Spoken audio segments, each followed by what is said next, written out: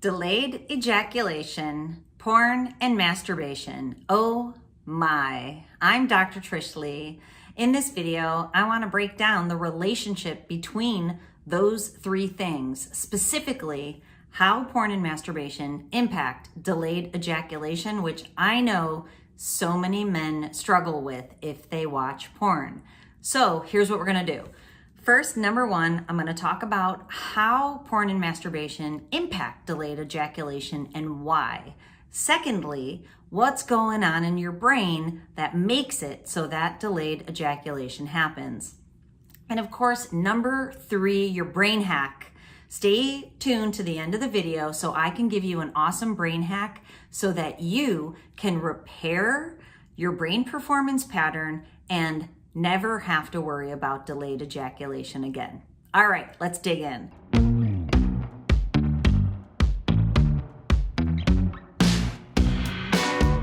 So what's going on? Let me tell you, this is what's happening. Let me set the scenario first.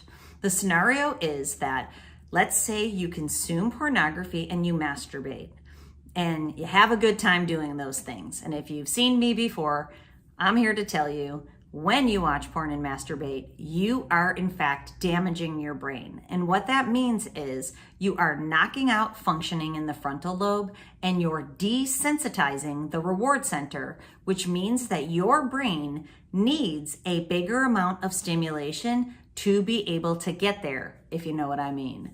So now it's time to be with your partner. Your partner is a normal stimulus, no matter how fantastic she or he is. They are a real live human being, opposed to pornography coupled with masturbation, which is high levels of mental and physical stimulation, more than you can get by being with your honey. Porn and masturbation are a super normal stimulus, more than normal. So what happens is now it's time to be with your honey, who is a normal stimulus, a healthy level stimulus, but your brain's used to super normal levels of stimulation and you have fried out the reward center in your brain. So it needs more and more and more of the super normal stimulus to be able to get all the way to orgasm. So now you're with your honey and you are not able to get there because there's a normal level of stimulation. Now, normal doesn't have to mean boring. Normal can mean healthy. It means it can be fun, it can be erotic, it can be engaging. It's just nowhere near the levels that you can get from the hyperstimulation of porn and masturbation. That's why ejaculation is delayed. It doesn't have to do with your special parts, as Seamus calls it, my son.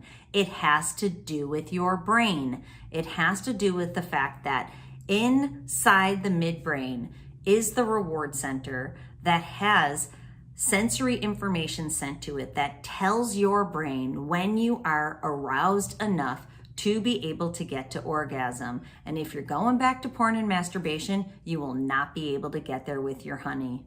Okay, so that was number one and two. Hopefully that makes sense to you. So number three, what's the brain hack? Clearly, the first part of the brain hack is you have to stay out of the screen. It's time to leave porn and masturbation behind. Let me tell you why.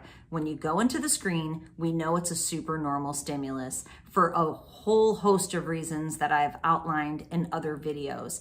It is going to stimulate your brain to the nth degree. When you couple it with masturbation, masturbation's more physical stimulation and you've mastered the technique, likely. No pun intended. You've mastered that technique to be able to get that highest level of physical stimulation also. So now you have to leave that behind and retrain your brain to be able to be aroused at those healthy levels again, not at those super high levels. Porn's gotta go, masturbation's gotta go.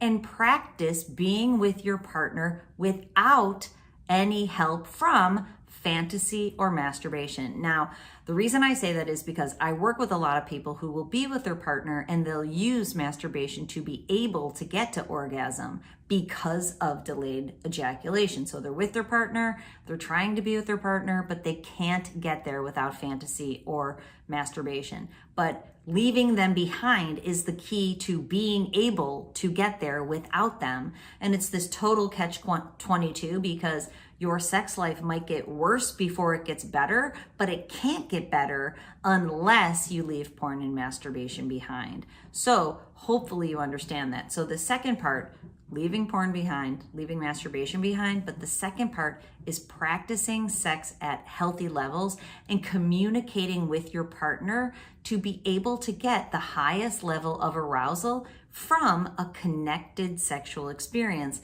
Now, I also know from talking with so many people and working with so many people in my program that communication about sex and your arousal template and what turns you on and what your partner likes is generally very low between partners. So it's time to increase that communication and allow yourself to be vulnerable with your partner and allow yourself to explore your own healthy sexuality with your partner so you don't have to keep going back to unhealthy sexuality to fulfill what are right now your distorted needs that can become your healthy needs through communication, interaction, and creating an awesome sex life in your own life. Okay, I hope that helps you out. If you're looking for help on the journey, please reach out to me, drtrishleigh.com. There's programs on my website of all different shapes and sizes. We have a blog post there with information. I have a podcast that I put out weekly. So please tap in, get more information so that you can keep moving forward on this journey because it's a worthwhile one. Okay, rock it out. And as always, control your brain or it'll control you.